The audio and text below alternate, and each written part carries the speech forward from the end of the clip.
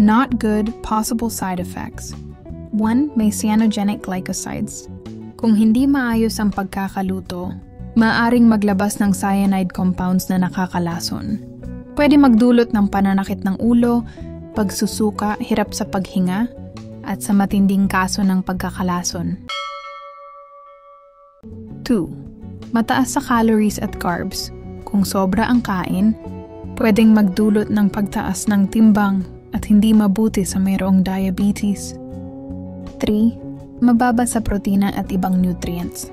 Hindi dapat gawing pangunahing staple na walang kasabay na iba pang masustansyang pagkain. 4. Goitrogenic effect din, katulad ng talbos ng kamote, pwede ring makaapekto sa thyroid kung sobra at hindi balance ang diet. O narito naman ang mga good benefits ng kamoteng kahoy. 1. Source ng energy, mataas sa carbohydrates, kaya mabilis na pampalakas ng katawan.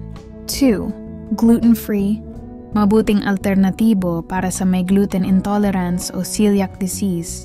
3. May vitamins at minerals, may vitamin C, immune system, calcium, iron, at folate. 4. Fiber content, nakakatulong sa digestion at pampabusog.